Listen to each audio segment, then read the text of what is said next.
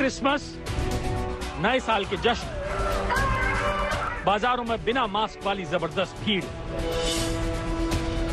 और चुनावी रैलियों में उठे बेफिक्र जनसैलाब ने मिलकर कोरोना की तीसरी लहर को खुला निमंत्रण दिया। और अब देश भर में कोरोना संक्रमण की रफ्तार से हड़कंप मचा हुआ है। सवाल उठता है कि तीसरी लहर का पीक कब आएगा और आने वाले दिनों में हालात कितने खराब हो सकते हैं। दुनिया के कई वैज्ञानिक और एक्सपर्ट कह चुके हैं कि जनवरी के अंत या फरवरी की शुरुआत तक दुनिया में 35 लाख केस प्रतिदिन और भारत में हर रोज 15 से 20 लाख केस आ सकते हैं। ये कुछ वैसा ही आकलन है जैसा नीति आयोग के सदस्य वी.के. पॉल ने कुछ हफ्ते पहले किया था। It may be 15 lakhs, but I don't see it much less than that.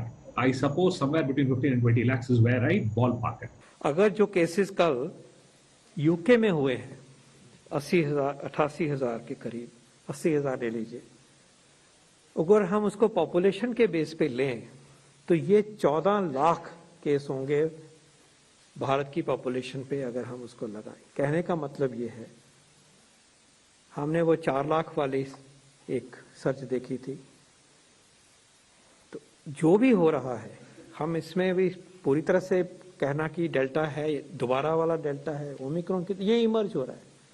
लेकिन the fact is at this very time the surge being experience in UK is to the tune of 14-15 lakh per day. हालांकि कुछ वैज्ञानिक ये भी मानते हैं कि मामले उतने ही होंगे जैसे दूसरी लहर के समय थे। तीसरी लहर के पीक को लेकर जो अलग अलग कैलकुलेशन चल रही हैं, इसे डिकोड करने के लिए आज की स्थिति पर भी गौर कीजिए। 4 जनवरी को 37,379 नए मामले सामने आए थे, लेकिन अगले 24 घंटे में 58,097 नए मरीज सामने आ गए। ये सीधे 56% का उछाल है और इससे ही पता चलता है कि कोरोना संक्रमण का विस्फोट हो चुका है, क्योंकि इससे पहले 24 घंटे में नए मामलों में 56% से ज्यादा उछाल सिर्फ एक बार 28 जनवरी 2021 के दिन देखने को मिला था। भारत में पिछले 7 दिन में नए मरीज 6 गुना बढ़े हैं, इसलिए खतरा, दहशत और तीसरी लहर के असर से जुड़ी चिंताएं बढ़ गई हैं। हो सकता है आशंका से कहीं ज्यादा केस आ जाएं। महाराष्ट्र, बंगाल, दिल्ली, कर्नाटक, केरल, तमिलनाडु और गुजरात से भी रिपोर्ट अच्छी नहीं है। संक्रमण की रफ्तार तेजी से बढ़ रही है। ग्लोबल हेल्थ एक्सपर्ट्स की माने तो इस बार कोरोना केस डेल्टा वेरिएंट की लहर की तरह ही पीक पर जा सकते हैं, यानी लहर के चरम पर उतने ही केस आएंगे जितने अप्रैल-मई 2021 में दूसरी लहर के दौरान आए थे। We expect the peak to be a bit later, perhaps in the first week of February. And the reason you're not seeing a big increase yet is that it's early days. But nevertheless, it should not be the terrible, circumstances that you saw with the Delta wave. IIT Kanpur के professor Manindra Agarwal ने अपने सूत्र model के आधार पर आकलन किया है कि देश में तीसरी लहर का पीक जनवरी के अंत या फरवरी की शुरुआत में होगा और इस पीक के आने के बाद संक्रमण तेजी से घटेगा। ये जो तीसरी वेव के बारे में बात हो रही है ओमिक्रॉन की, इसकी संभावना अपने अधिकतम स्तर पे पहुंचने की फरवरी के महीने में है और उसके बाद ये तेजी से संख्या कम होने लगेगी।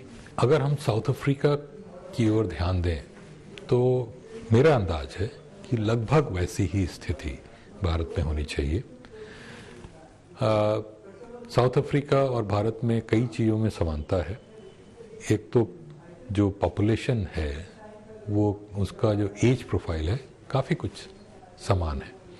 दूसरा, नेचुरल इम्यूनिटी साउथ अफ्रीका में और भारत में लगभग उसी स्तर की है। तीसरी लहर का उठना और गिरना अगर IIT कानपुर के सूत्र मॉडल के अनुसार ही रहा तो हालात ज्यादा गंभीर नहीं होंगे, लेकिन अगर हालात जरा भी ऊपर नीचे हुए तो भारत की स्वास्थ्य सेवाओं को एक बार फिर कमर तोड़ परीक्षा देनी होगी। वैसे केंद्रीय स्वास्थ्य मंत्री का दावा है कि राज्य और केंद्र किसी भी हालात से निपटने के लिए तैयार हैं।